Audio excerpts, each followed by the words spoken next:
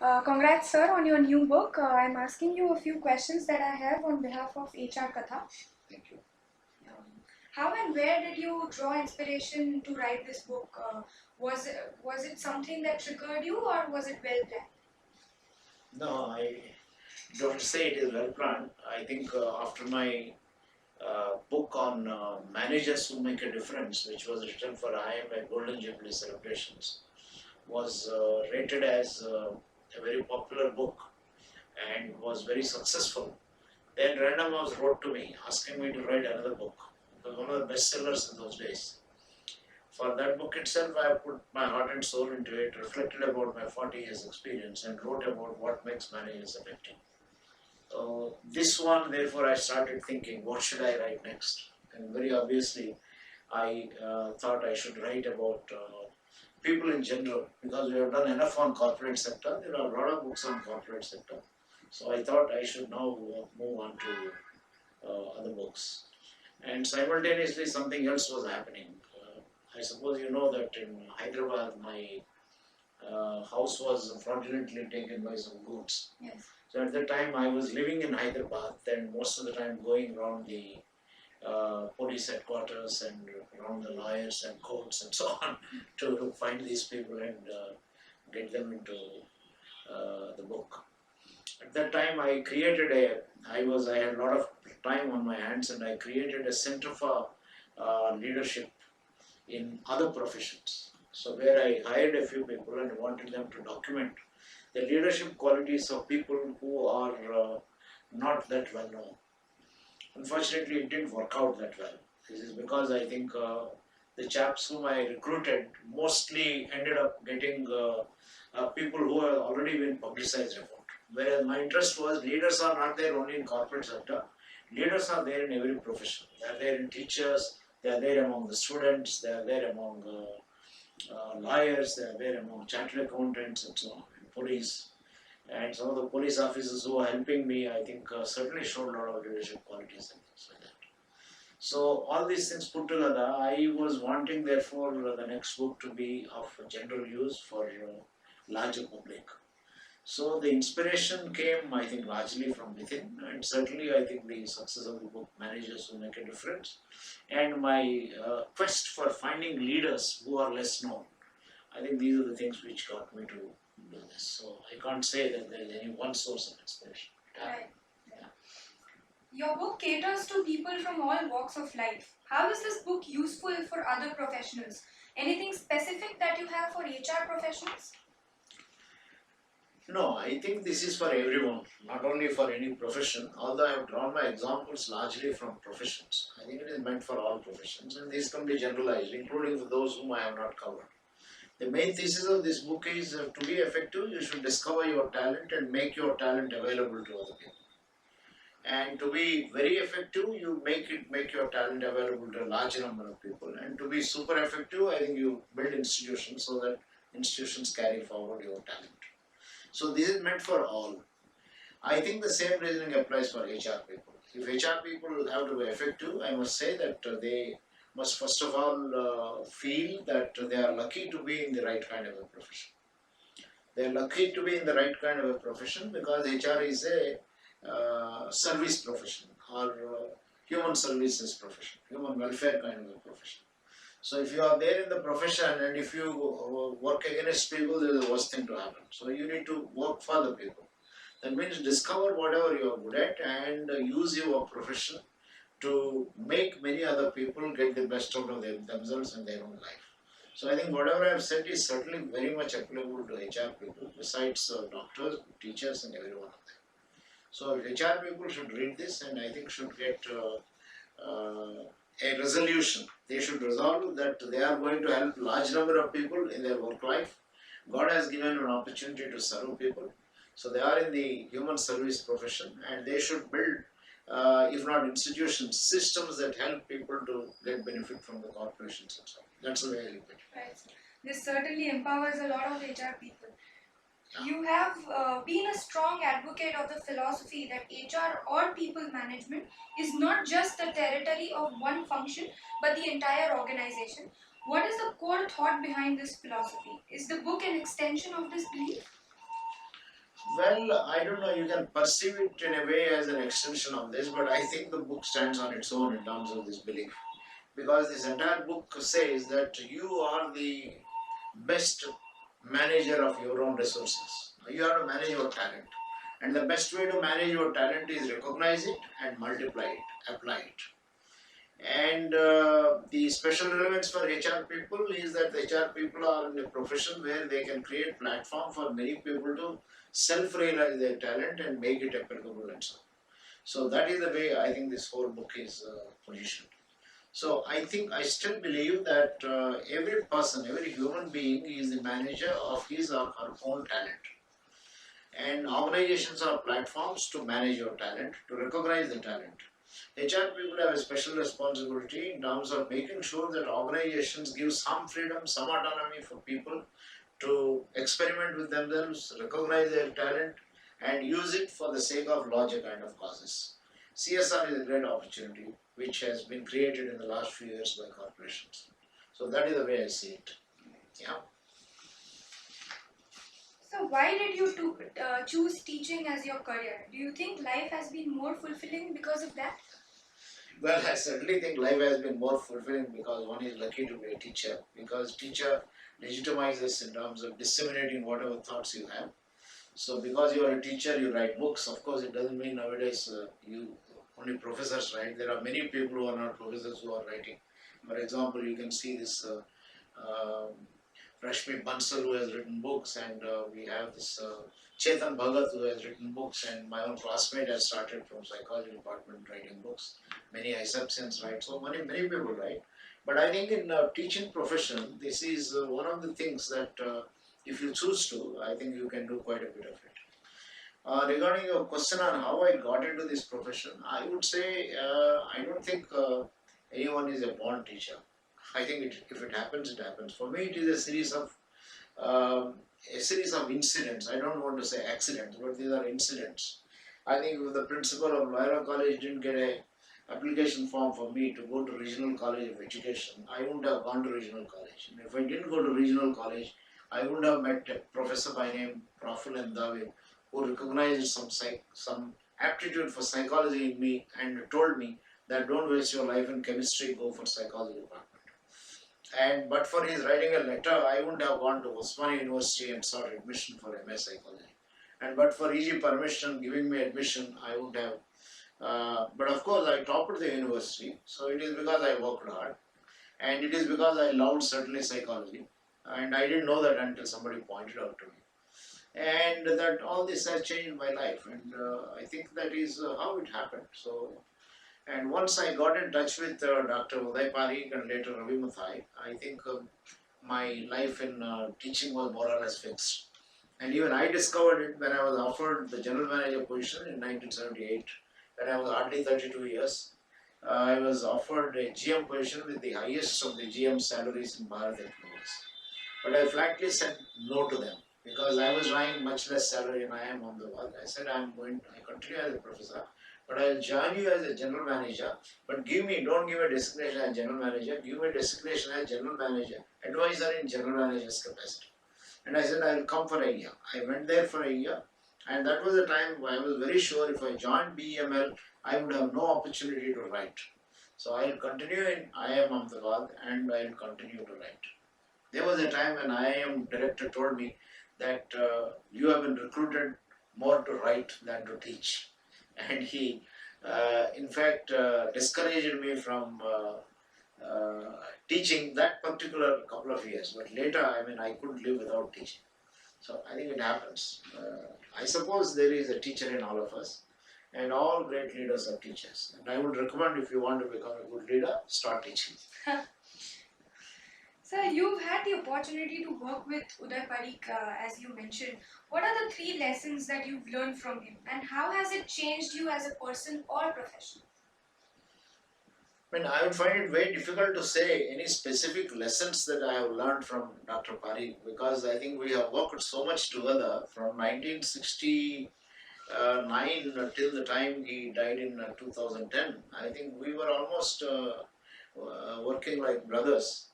And I suppose there are many things which he used to do, which I probably um, would have acquired by working with him. And one of the things is the hard work. He always worked hard.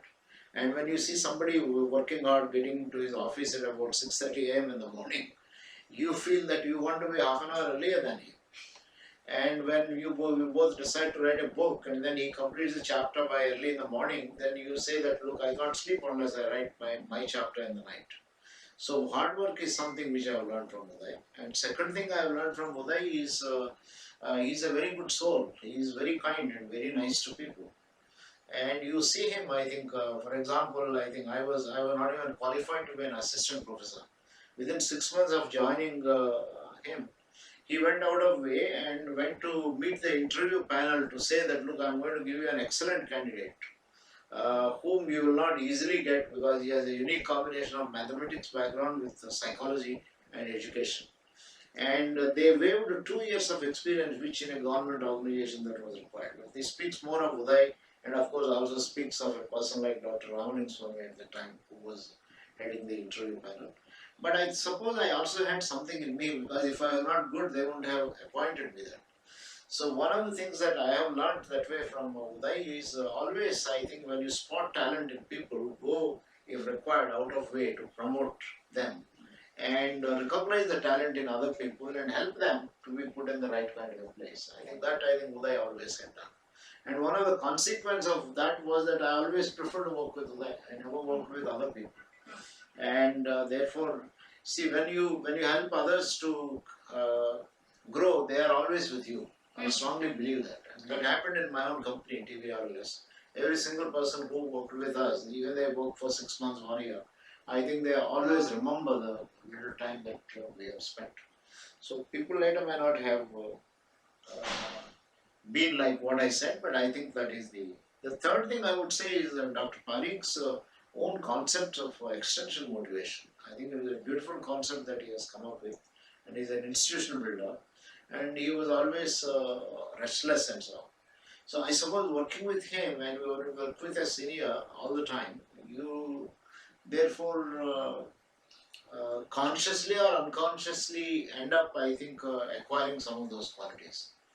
I only wonder why most people who worked with me may not have always acquired some of those qualities.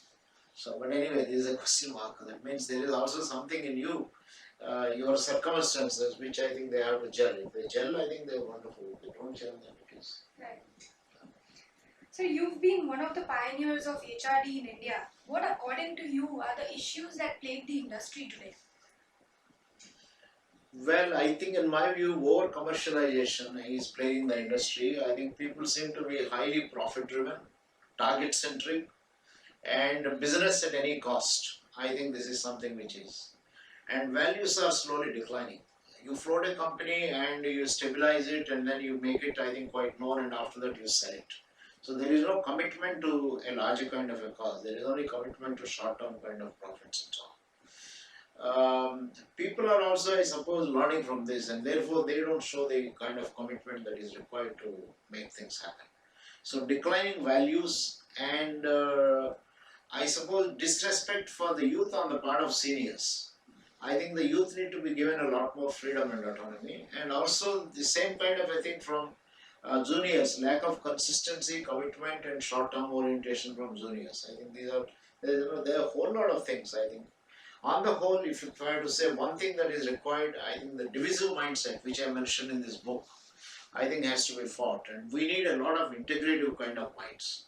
I think people who are willing to work for the country at any cost, then companies and are willing to sacrifice the departmental interest for the company interest and sacrifice personal interest for larger interest. I think that is the kind of a thing that is required. So what is plaguing industry is highly self-centric orientation, commercialization, short-term target orientation, and lack of respect for each other and divisiveness. These are on the negative side. On the positive side, there are many things, but since you didn't ask me that question, I'm going to reply. So where do you think is the HR function heading now? Where do you see it in the next 5 years? It's very, very difficult to say. I think HR has missed a lot of opportunities in the past. I think many things by simply renaming themselves have polluted the entire HR philosophy which we thought of in 1974. I think HR is a great function if it really works for human resources development and builds every person to take care of his or her own development of talent. I think that is not happening. HR also has become short-term target oriented. HR has also become commercial and HR also has become more business driven rather than people driven.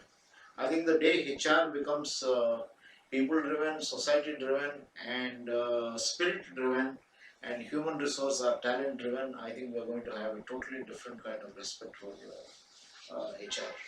Now, will it happen in the next 5 years? I do not know. But I think one thing that should happen is that HR should promote every one person to discover their own self, use their own talent, and multiply the talent. I mean, that is where this book comes into focus. I think this book, I hope, helps open the eyes of many HR people to do right things. Yeah. Uh,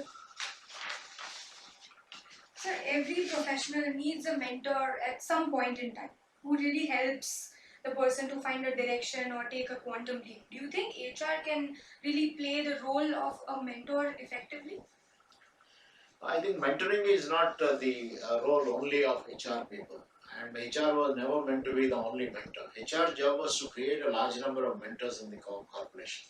I think everyone should have enough of choices. The HR's business is to create that sort of choices for people so that they can choose a lot of mentors. If HR can make many people effective, I think there will be no dearth for mentors.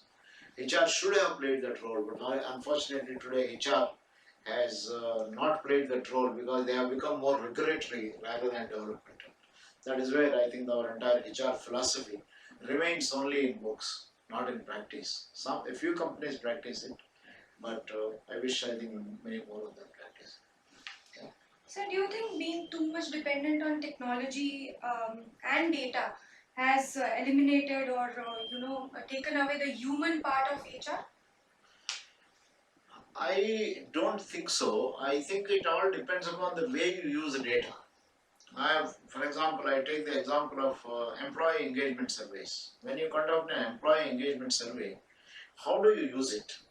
Most people use it in terms of benchmarking with other companies, in terms of impressing the top management, or employee engagement has improved, or finding their name in some of these business magazines, or maybe appointing consultants to enhance this employee engagement surveys and so on. I think this is very unfortunate. But the way I would look at it is if you conduct an employee engagement survey, I think what is important is how you should use it to help every employee to understand his or her own level of engagement and work towards getting more engaged. Because when you are engaged, what happens to you? You enjoy your work. So if HR job is to make every person enjoy your work, you can't help people to enjoy the work by only feeding your data to business magazines and top management.